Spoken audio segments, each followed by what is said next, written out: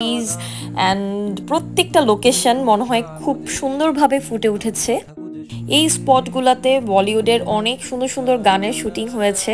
আমি গিয়ে অ্যাকচুয়ালি এটা আমার কাছে মনে হচ্ছিল যে আমি তো এটা দেখে এসেছি অথবা আমি কোথাও দেখেছি এই সিনগুলা, এটাই আর কি।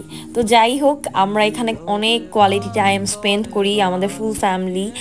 আর আলহামদুলিল্লাহ খুব ভালো যাচ্ছিল ওই সময়টা, আসলে মনে হচ্ছিল যেন না শেষ হয় কখনো। তো এই তো মোটামুটি আমাদের ইজল ওয়ার্ল্ডের সাইটটা ঘোরাও দিনের মতো শেষ হয়ে গিয়েছিল। আমরা সারা দিন অনেক ফান করেছি একসাথে।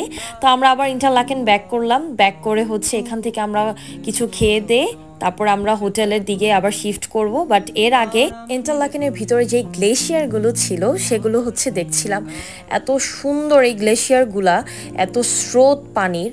তো একদম জাস্ট সিটির সাথেই এই গ্লেশিয়ারগুলা রাতে